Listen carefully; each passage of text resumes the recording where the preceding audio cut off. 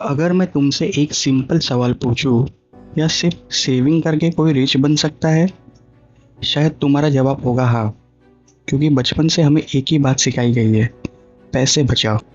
लेकिन अगर सिर्फ सेविंग ही वेल्थ क्रिएट करती, तो दुनिया के सबसे अमीर लोग अपना पैसा सिर्फ सेविंग अकाउंट और एफडी में क्यों नहीं रखते? सच ये है, रिच लोग पैसे सेव ज़रूर करते हैं, लेकिन वो उसे वहाँ नहीं छोड़ते। वो उस पैसे को इन्वेस्ट करते हैं, ग्रो करते हैं और उससे और पैसा बनवाते हैं। और आज हम इसी डिफरेंस को समझेंगे। पॉइंट नंबर 1, सेविंग ज़रूरी है लेकिन काफ़ी नहीं। सबसे पहले एक मिसकंसेप्ट क्लियर करते हैं। मैं ये नहीं कह रहा हूँ कि सेविंग गलत है। हर इंसान के पास इमरजेंसी फंड होना चाहिए। मेडिकल इमरजेंसी, जॉब लॉस या अनएक्सपेक्टेड एक्सपेंसेस, इन सब के लिए सेविंग बहुत इंपॉर्टेंट है। लेकिन प्रॉब्लम तब शुरू होती है जब लोग अपनी पूरी फाइनेंशियल प्लानिंग सिर्फ सेविंग तक ही लिमिटेड रखते हैं। अगर तुम सिर्फ पैसा जमा करते हो और उसे कभी ग्रो नहीं करोगे, तो लॉन्ग टर्म में वेल्थ बनाना बहुत मुश्किल हो जाएगा। पॉइंट नंबर 2, इन्फ्लेशन, सबसे बड़ा साइलेंट एनिमी। मान लो आज तुम्हारे बैंक अकाउंट में 5 लाख रुपया पड़े हैं। तुम्हें लग सकता है ये सेफ है, लेकिन एक चीज़ हर साल तुम्हारे पैसे की वैल्यू कम कर रही है। उसका नाम है इन्फ्लेशन। अगर इन्फ्लेशन 6% है और तुम्हारा पैसा सिर्फ 2 या 3% रिटर्न दे रहा है, तो रियलिटी में तुम्हारा पैसा बढ़ नहीं रहा है, बल्कि उसकी बाइंग पावर कम हो रही है। इसी वजह से रिच लोग सिर्फ पैसे को स्टोर नहीं करते, वो उसे ग्रो करते हैं।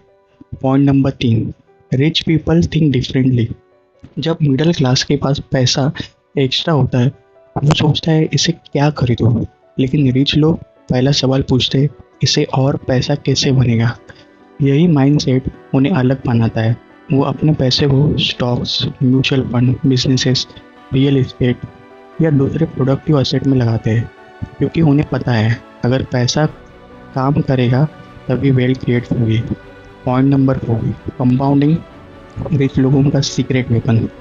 एल्बर्ट आइंस्टाइन को एक क्विट से जोड़ा जाता है कि कंपाउंडिंग इंटरेस्ट दुनिया का एक वंडर है। हो या ना हो, कंसेप्ट पावरफुल ज़रूर है। सोचो अगर तुम हर महीना थोड़ा थोड़ा इन्वेस्ट करते हो और उस इन्वेस्टमेंट को सालों तक ग्रो होने देते हो, तो रिटर्न के ऊपर भी रिटर्न मिलते हैं। इसी प्रोसेस को कंपाउंडिंग कहते हैं। रिच लोग इसीलिए जल्दी इन्वेस्ट करना शुरू करते हैं, क्योंकि वो जानते हैं टाइम ही सबसे बड़ा एडवांटेज है। Point number 5, saving versus investing. Saving का पर्पज़ है तुम्हारे पैसे को सेव रखना, इन्वेस्टिंग का पर्पज़ है तुम्हारे पैसे को ग्रो करना। दोनों की अपनी जगह। अगर इमरजेंसी फंड नहीं है तो पहले सेविंग करो, लेकिन उसके बाद सिर्फ बैंक अकाउंट में पैसा जमा करते रहना लॉन्ग टर्म वेल्थ क्रिएट नहीं करता। बैलेंस इज स्मार्ट स्ट्रेटेजी है। रिच लोग और मिडिल क्लास के बीच सबसे बड़ा डिफरेंस सैलरी का नहीं होता, डिफरेंस होता है पैसे के साथ उनके बिहेवियर का। एक ग्रुप का पैसा बचा कर सिक्योर फील करता है, दूसरा ग्रुप उस पैसे को इंटेलिजेंटली इन्वेस्ट करके फ्यूचर बिल्ड करता है। याद रखो, सेविंग तुम्हें प्रोटेक्शन देती है, इन्वेस्टिंग तुम्हें ग्रोथ देती है, और फाइनेंशियल फ्रीडम के लिए दोनों की ज़रूरत होती है। आई होप ये वीडियो से सेविंग और इन्वेस्टिंग में फ़र्क अच्छे से आपको समझा होगा, और आपको ये वीडियो सच में वैल्यूबल और इन्फॉर्मेटिव लगी होगी। तो एक लाइक ज़रूर करें, अपने फ्रेंड्स फैमिली के साथ ज़रूर शेयर करें।